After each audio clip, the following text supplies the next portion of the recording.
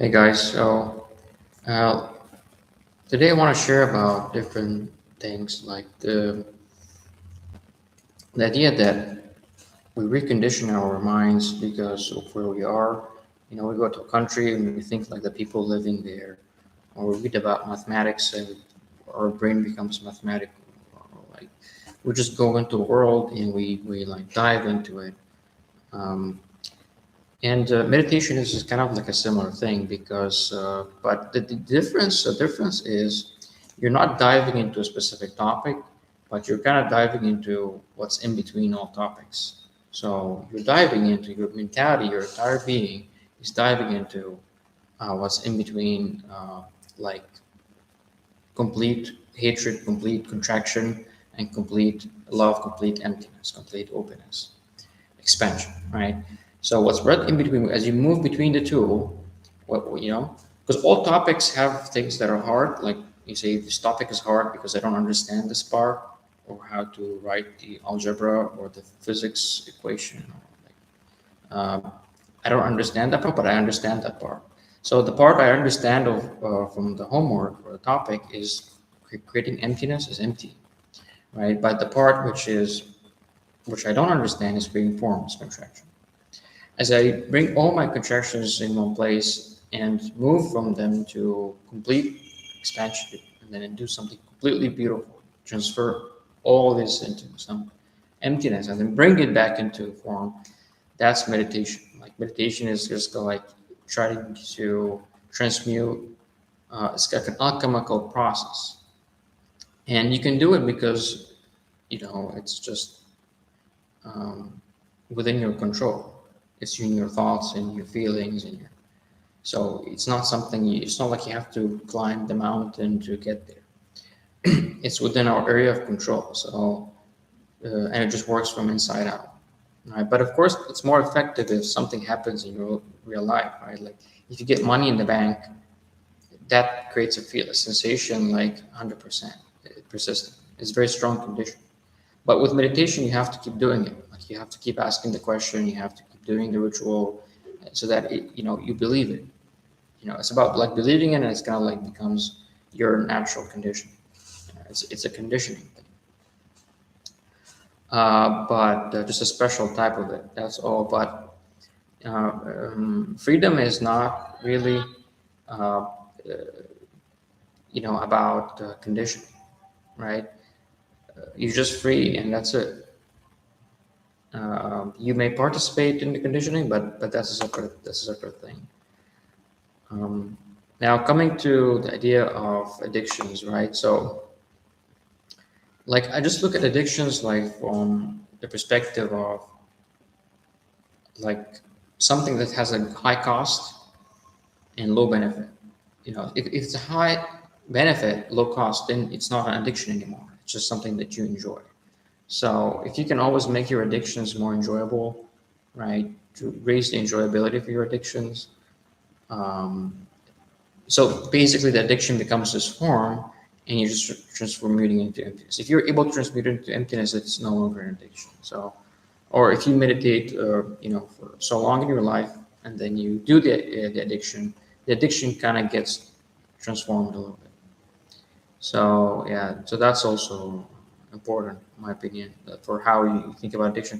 It's also hard to do that because if your addiction is like completely far away from emptiness, right? It's just hatred. It's pure hatred, right? Like I hate this person completely, right? I hate this place. Then the way to go to emptiness from there would be much easier to go to it from where it is. So, for example, if I hate this person, right?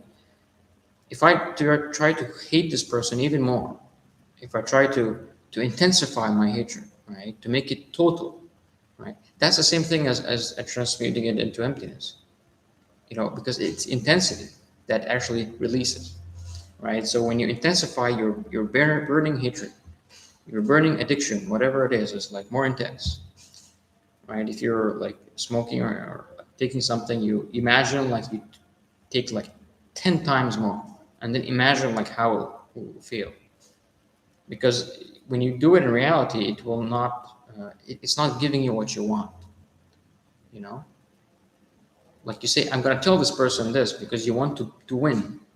You want to beat the person, you want to win. But real life doesn't work that way. So you can just imagine that you had the conversation and you actually won the person in your head, and then see what the feeling is going to look like, because then you're gonna get that what you want out of it. Mental, mental, psychological, right? Psychosomatic, right? Or you want to get that feeling. You just imagine it, and you see the same blissfulness that you get from love, you're gonna get from just releasing that hatred, but not intensifying that hatred so much that it becomes bliss, that it turns into, that it just smokes away, because it's just released, it's just expressed 100%, you know.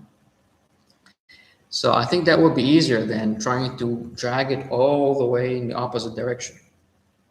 Say love your enemies. Well, that's very hard.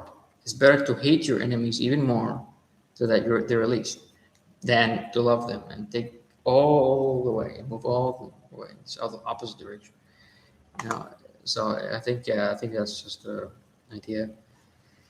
Yeah. So it comes down to, like, something that happens in the real world, like I said, is more persistent. Like if you get this job, right? If you go to this country, like, it's real. If you meet this partner, the person, so it has more effect on you than some imagination or thought, right? It's more persistent, and that's why rituals would be there. I thought, we will be doing rituals, in the ancient civilizations, and because the ritual is like physical. They bring the sacrifice, they put it there, they get the fire, they bring the goods and they offer it to the idols, right? And when they have an idol, they don't have to imagine, because the idol is there. They can just look at it. They can just look at the idol, and the transmutation is happening, the transfer is happening internally, right? But if they have to imagine it and keep the imagination, right? That's like Buddhism. They're just trying to keep something, and it depends on the power of their imagination, concentration, So, that hit me. Okay, well, and then I came up with this idea of of burning my hatred, you know. So I would just get a piece of paper, like this, just get a small piece of paper, and then I would just move it across my body to take all the form. I'm just doing a ritual, I just try to take all the forms from my head to the toes on the piece of paper and just write down, things that I hate, people that I hate, addictions that I have, whatever bad situation or thought or feeling or discomfort. Or just put it all on the piece of paper, right? And then just go and burn it, Just put it, look in match, and just look at it while it's just burning. Just keep looking at it and just look at the things that you wrote and how they're burning in front of you, right? That's like, it's embodied, right? It's like it's there. So you see everything that you hate is just burned. So I'll show you the like an example. So I've written all my hatred here, and I just kind of take out all the hatred from the body. Just using it like a ritual. And you just burn the hatred. You see, that's it. All your hatred, burn. Watch it. Keep watching it as it burns. It's safe, it's not very dangerous. Every bit of hatred.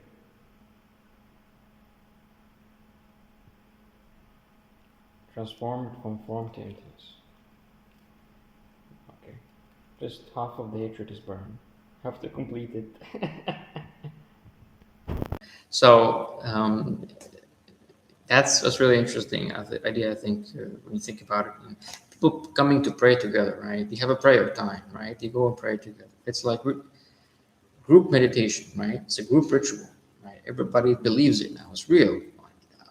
They say, but how come I hate this person anymore? I already burned it yesterday. I saw it myself. I saw it always burned. All my hatred was burned. How can I return back to it? It's like in nonduality, they say, I took your mind. Now tell me where your mind is. It's in my pocket. Yeah, that's it. You have to take it from me, your mind. You can write your mind, boss. Yeah, but I write my hatred because I can't find my mind, anymore. So I just write my hatred down. So this is the idea of like conditioning, dealing with conditioning. So what does this lead to? Like this idea of like meditation. What does it lead to? Right. So it's like kind of shifting consciousness. Like in the Renaissance, they had these sculptures and these paintings, and they intentionally did it, created them in such a way that it changes the mentality of the people. Right? They would draw these images of naked women, but it's just drawn in a very loving way, a very loving heart. Right? So it doesn't look like it's sexual. It just looks like it's loving, but it's supposed to be sexual. Oh, but it's not sexualizing the woman even when she's naked. Right? So that's what they were trying to, the message there into the Catholic Church of the Rome, um, in Rome, under the radar of the Pope. So for example, in the church where they put the fingers between Adam and God, right, with the two fingers almost touching, right, and it's just a lovely painting. The Pope might have thought, "Oh, that's a nice painting. Let's just put it over there. It looks really nice." But the message is that the human being is almost touching God. It's so divine. He's not a sin. And they were saying before the Dark Ages or medieval ages that it's a sin, right? That yeah, that the human being born is a sin, in sin. But Michelangelo was saying no, he's actually almost God. You know, um, that's kind of what happens when you start to like embody or do more embodiment work or meditation, or, something that actually transforms you. Right? You'll start to feel that you're actually becoming almost God in a sense, like you're embodying the qualities of God. Right? So it changes the consciousness and changes what people believe. Some people would say capitalism is just a natural growth from people's consciousness. Like some countries, they may not think, okay, that's compatible with them. It's like somebody's trying to impose democracy on autocracy. Okay, so it depends on how you are essentially. If you are enmeshed with your body, if you're just like this mother who's like caring of her child so much, right? And you're enmeshed with yourself. You're thinking, what should I do today? You're like a dictator. You're authoritarian. You're like saying what should happen to you. And then you have a family and you're telling your family what to do, your children what to do, your wife what to do. And then you want to tell the society, Now the entire society wants to have a dictator because all of the society is authoritarian over themselves. So it's just a natural thing that happens on the outside from the inside. So yeah, I'd expect if like there's this loss of self when you're more selfless, right? What then happens is you're not in control of yourself, right? Your body cells are already running, everything is running. Um, you're no longer this enmeshed mother with her son. And when you first realize yourself that you're here, you become the enmeshed mother. You're like, I have to take care of this person. Where is he gonna go? But then when the enmeshed mother goes away, or passes, God forbid. Is it God forbid? God forbid, of course. But when there's a loss of self, it's kind of similar. Like